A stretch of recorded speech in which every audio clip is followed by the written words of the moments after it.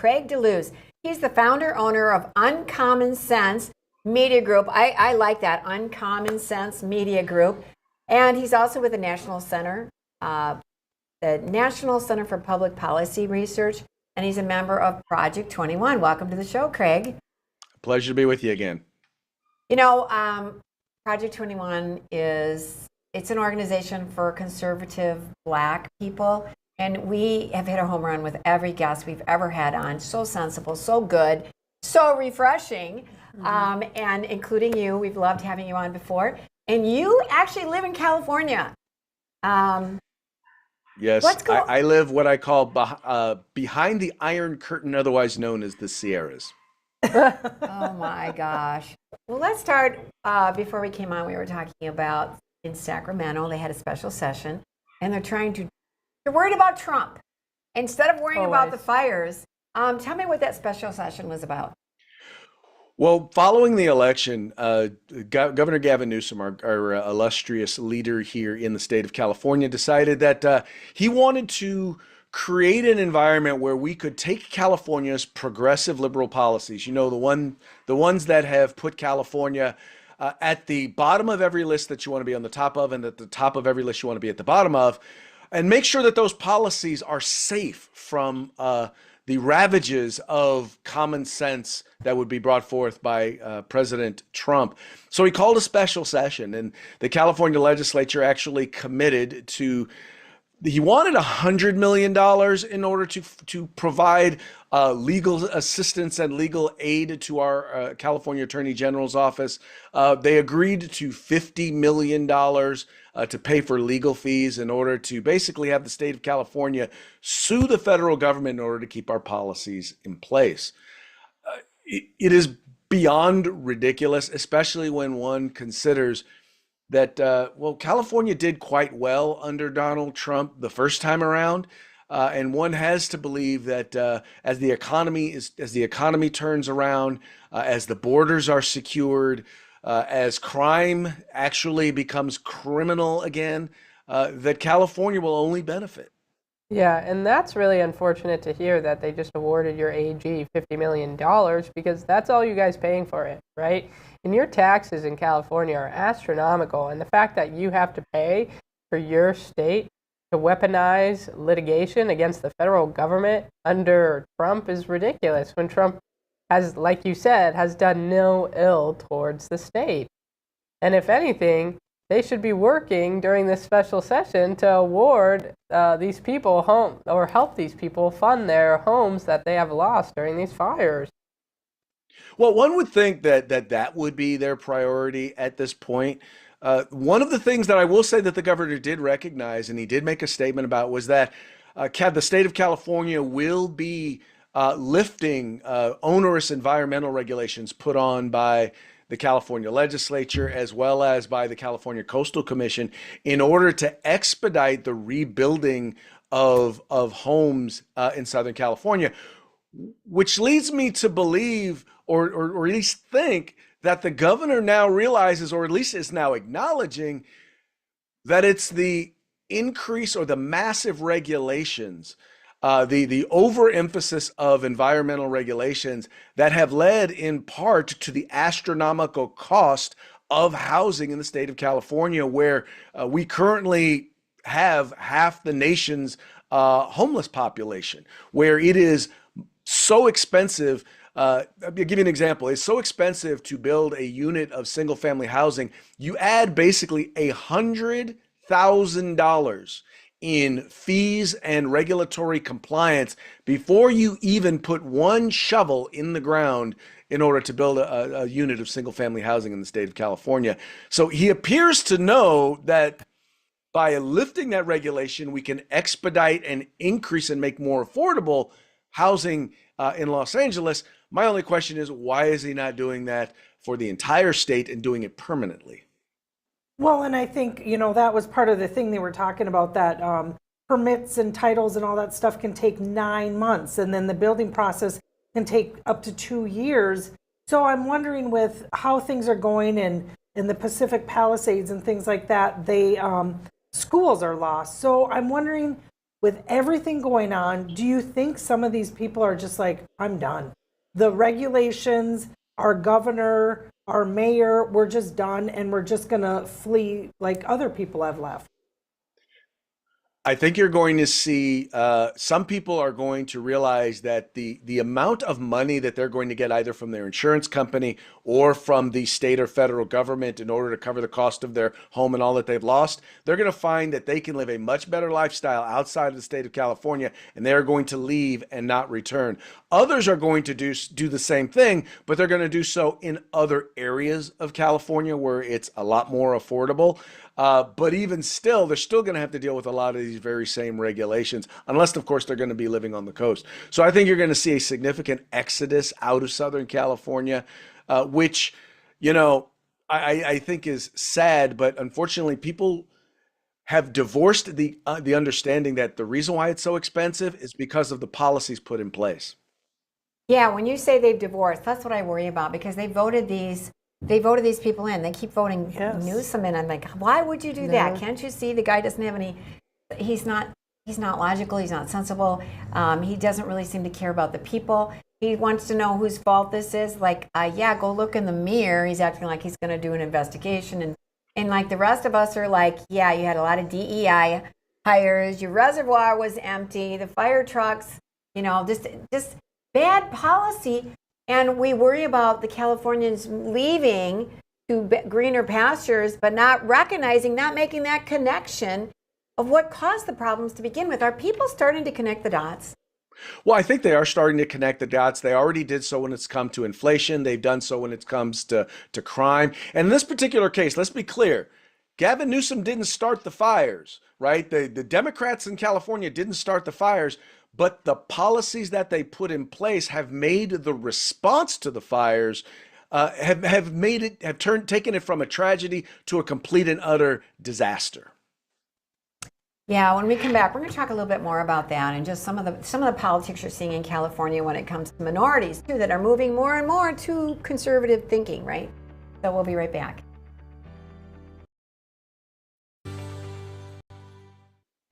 Welcome back to Ladies of Another View, and I want to welcome back our guest, Craig DeLuz, who's a member of Project 21, and he lives in California, Sacramento, California.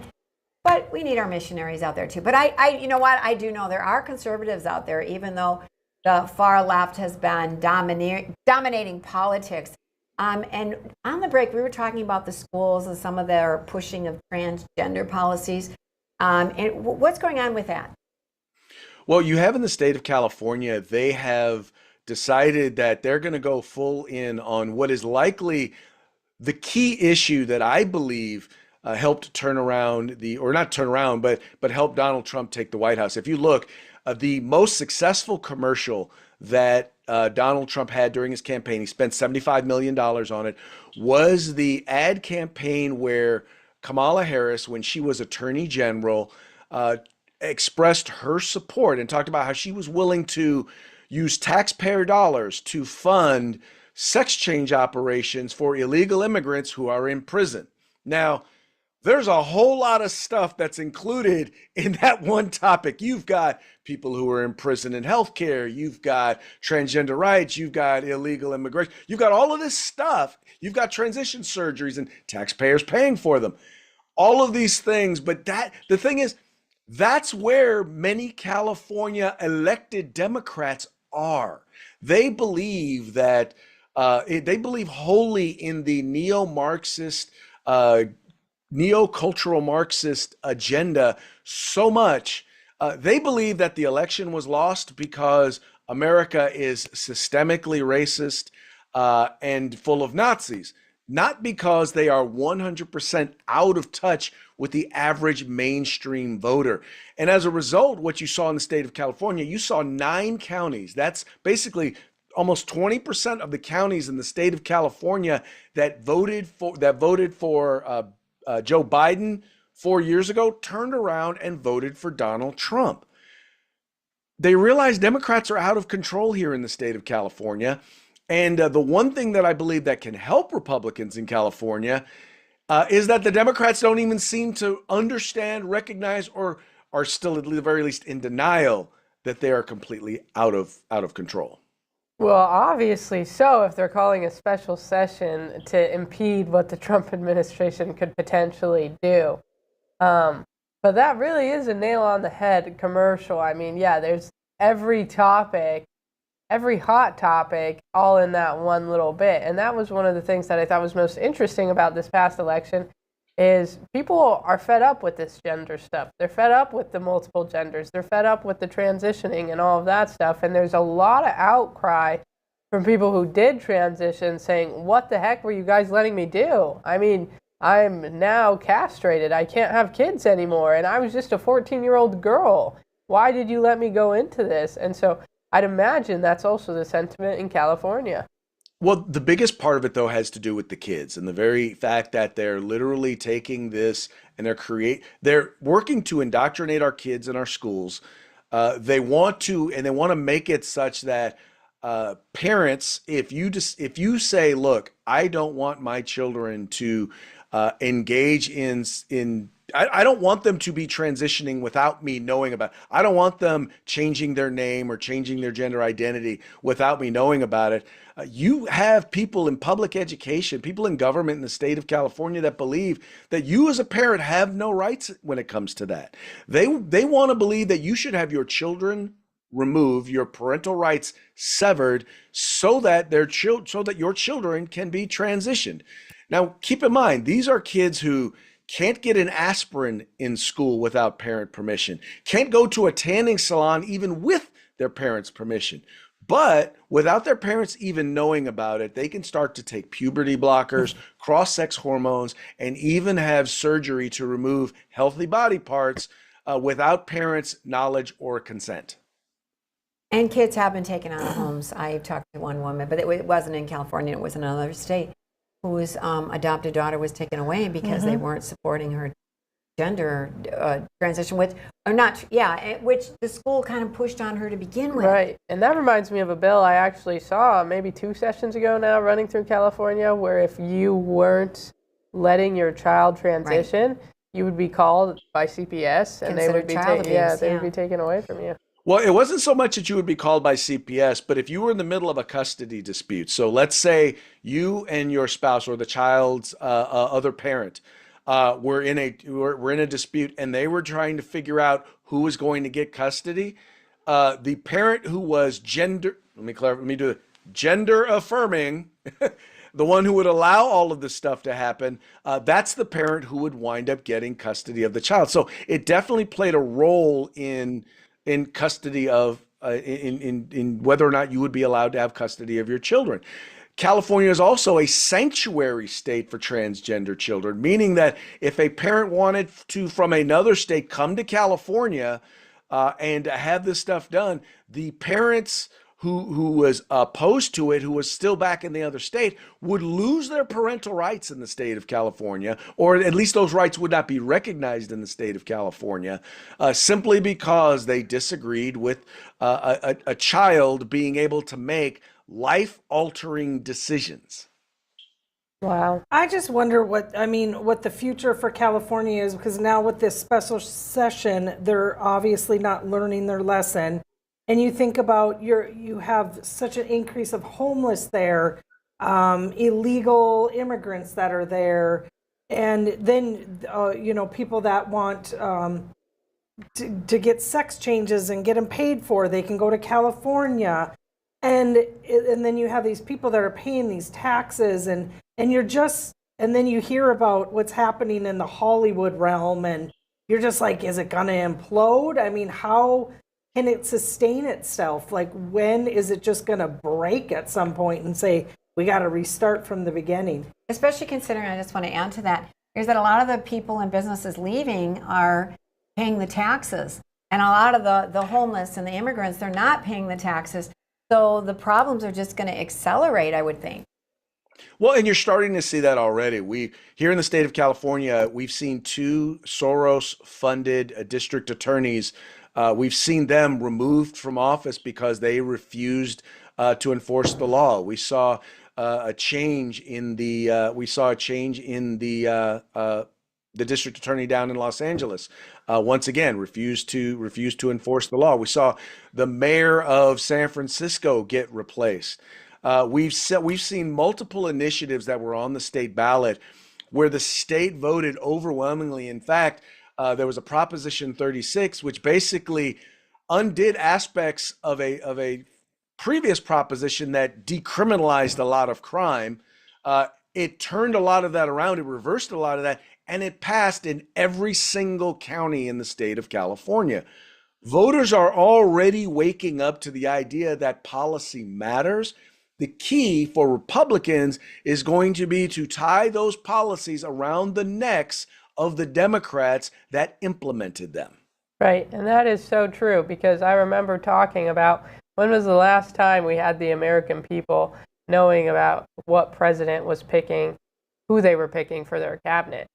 You know, people are awake now, and they're paying attention now, and I don't want to say it's the first time in history, but it's been the first time in a while.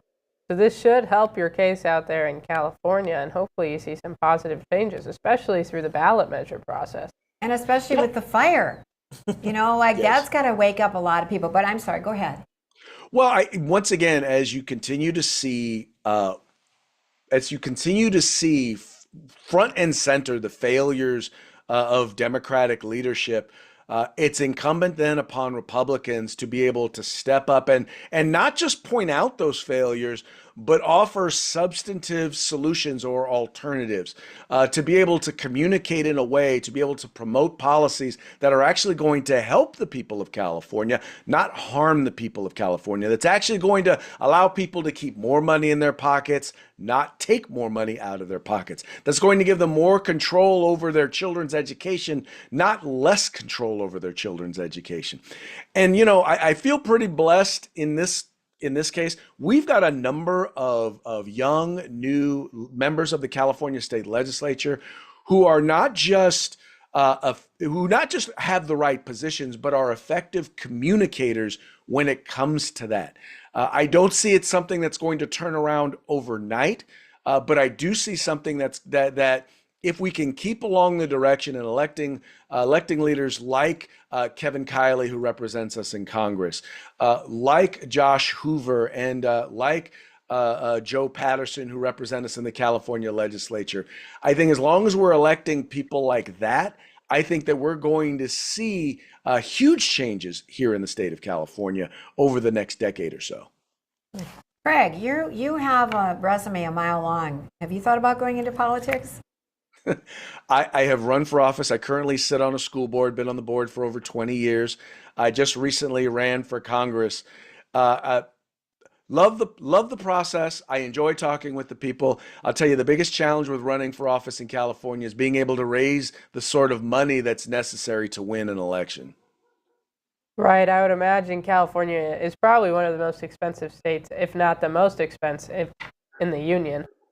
So Craig, we're going to have you on again. I love talking with you. Thank you